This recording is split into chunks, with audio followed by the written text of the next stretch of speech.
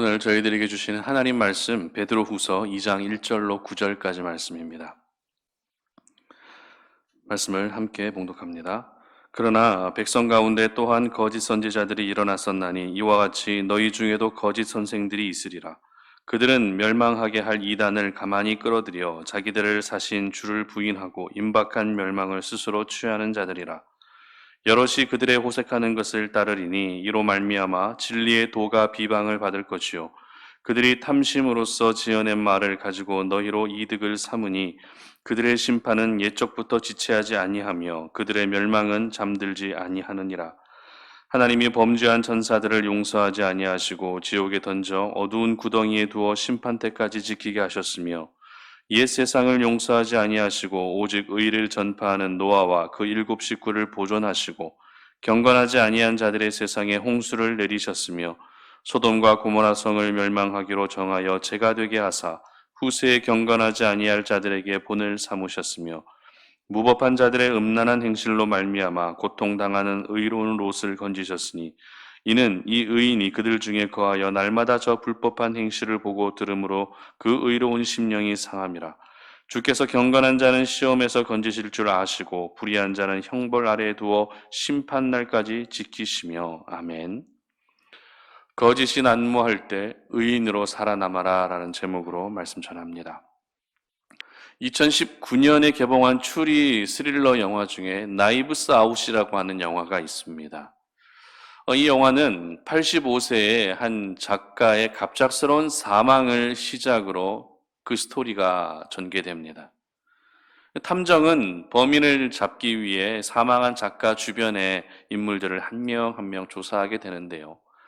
모두 10명의 사람들이 용의선상에 오르게 됩니다. 그 중에 좀 특이할 만한 용의자가 한 사람 있었습니다. 바로 사망한 작가의 간병인의 역할을 했던 여인인데요. 이 여인이 왜 특이한가 하면 거짓말을 하는 순간 구토를 하게 되는 희귀 질환을 앓고 있었기 때문입니다. 그래서 이 여성은 항상 진실만을 이야기해야 되는 그런 운명 속에 살게 된 것이죠. 그리고 또 이런 희귀 질환을 가지고 있다 보니 사람들은 항상 그녀를 신뢰하게 됩니다. 이 여인은 거짓말을 못하니까 이 여인이 하는 말은 모두 맞는 말이구나, 틀린 말이 아니구나, 진실이구나 라고 이렇게 생각하는 것이죠. 제가 오늘 여러분에게 영화를 추천해 드리려고 하는 것은 아니고요. 이 영화에 등장하는 희귀 질환을 앓고 있는 여성을 소개해 드리면서 정작 본인은 거짓말을 못하며 살아갈 수밖에 없는 그 삶이 때로는 스트레스도 되고 또 때로는 굉장히 힘들 수도 있겠다라는 생각이 듭니다. 그러나 한편으로는 우리가 살아가는 세상이 거짓을 말하고 싶어도 거짓을 말할 수 없는 그런 진실된 세상이 되면 좋겠다라는 이런 생각도 함께 들게 됩니다. 저희들은 매일매일 여러 가지 거짓을 접하며 살고 있습니다. 인터넷에 어떤 기사가 하나 올라와도 수많은 댓글이 밑으로 달리게 되는데 그 댓글의 내용들을 보게 되면 상당수는 거짓된 댓글이라 할 수 있습니다. 그리고 유튜브에 올라오는 영상은 또 어떻습니까? 구독자 수를 올리기 위해 자극적이고 또 선정적인 제목을 사용해서 거짓 영상을 올리는 일이 정말 많이 있지 않습니까? 그런데 놀라운 것은 그 기사와 또 영상의 내용이 거짓이라 할지라도 사람들은 그 거짓된 정보에 관심을 보이고 환호를 하고 있다는 것입니다.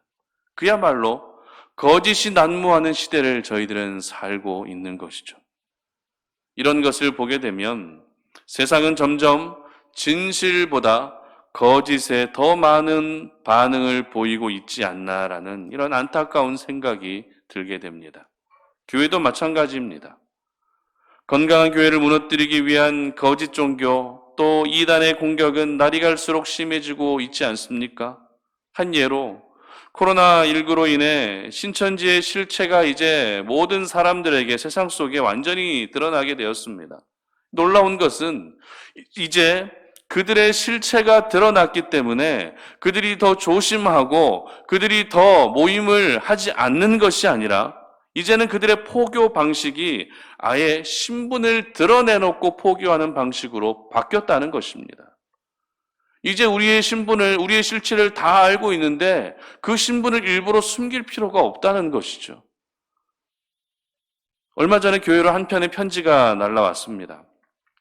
보낸 사람이 누구인가 하면 신천지 요한 지파에서 보내온 편지였습니다. 그런데 제가 깜짝 놀랐던 것은 그들이 모임을 가지고 있는 주소까지 모두 드러내면서 편지를 보내왔다는 것입니다. 이제 거짓이라 할지라도 그 거짓을 사람들에게 계속 주입하고 이야기하다 보면 그 거짓이 진실로 바뀌어버리는 세상입니다. 반면에 아무리 진리를 가지고 있고 진리를 소유하고 있어도 말하지 않으면 그 진리가 오히려 거짓으로 바뀔 수 있는 위험한 시대를 저희들은 살고 있습니다.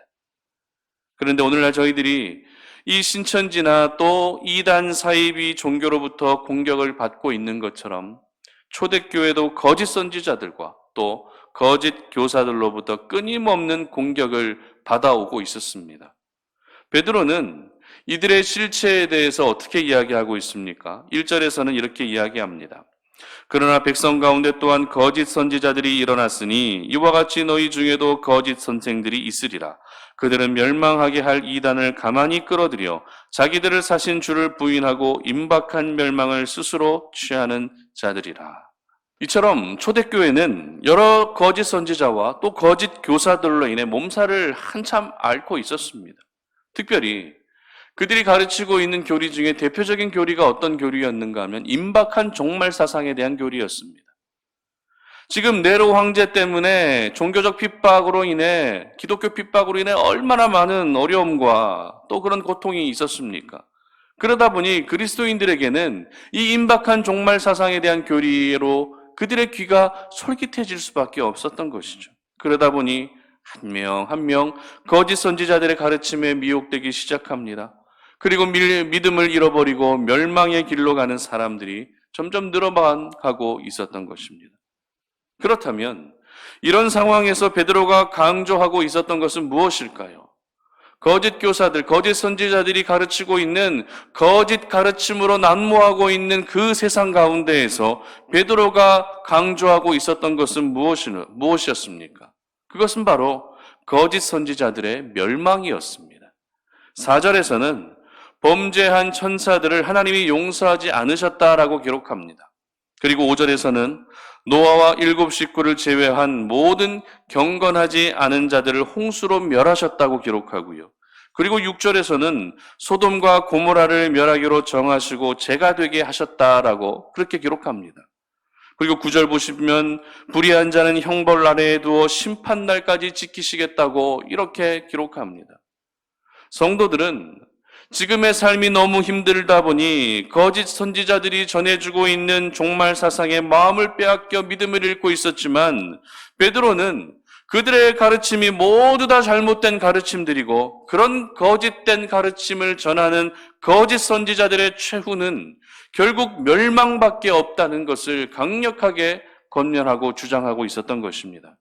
그래서 만약 너희들이 계속 그들의 거짓된 가르침을 따라가게 되면 너희들도 결국 멸망당할 수밖에 없다는 그런 경각심을 일깨워주고 있었던 것이죠. 그리고 이어서 베드로는 성도들에게 중요한 한 가지 표현을 반복적으로 사용하고 있는 것을 보게 됩니다.